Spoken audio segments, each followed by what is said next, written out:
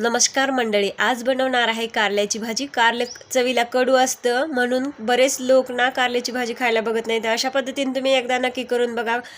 कारल्याची भाजी अजिबात कडू होत नाही। माझा 10 वर्षाचा अनुभव तुम्हाला मी सांगते। कारले पातळ स्लाइसमध्ये मी चिरून घेतले आणि मंद गॅसवर भाजायला ठेवलेला आहे। भाजत आल्यानंतर तेल, हळद, मीठ घालायचं आणि परत मिक्स करून मंद गॅसवर भाजायला ठेवायचं। कारले इकडे भाजते तोपर्यंत मी भाकरी करून घेते, कारण ह्याच तव्यामध्ये मला कारल्याची भाजी करायची आहे।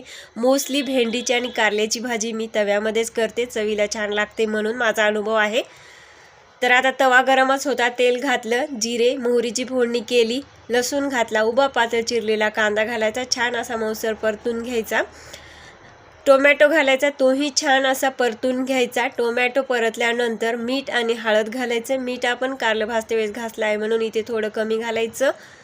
मीठ हळद परतून घ्यायची, त्यामध्ये कोल्हापुरी कांदा, लसूण, चटणी घालते आणि हे भाजलेलं कारलं ह्या फोडणीमध्ये घालून मिक्स करून घ्यायचं। मिक्स करून झाल्यानंतर भरपूर सारी कोथिंबीर घालायची, तेही मिक्स करून घ्यायचं।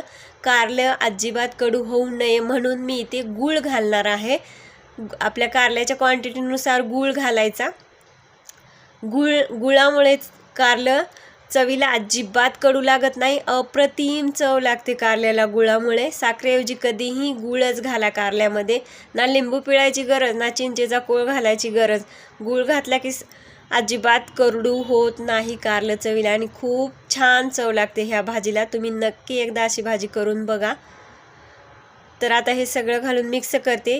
तर थोडंसं माझ्याकडे ओलं खोबरं आहे खवलेले, ते खोबरं शेंगदाण्याचा कूट घालून छान असं मिक्स करून घेते आणि झाली आपली भाजी कारल्याची करून तयार। अजिबात कडू होत नाही, बघा कशी दिसते, चमचमीत भाजी वाटते तरी का कारल्याची आहे। चला, चॅनलवर नवीन असाल तर पटापट चॅनलला सबस्क्राईब करा, व्हिडिओ आवडल्यास लाईक करा।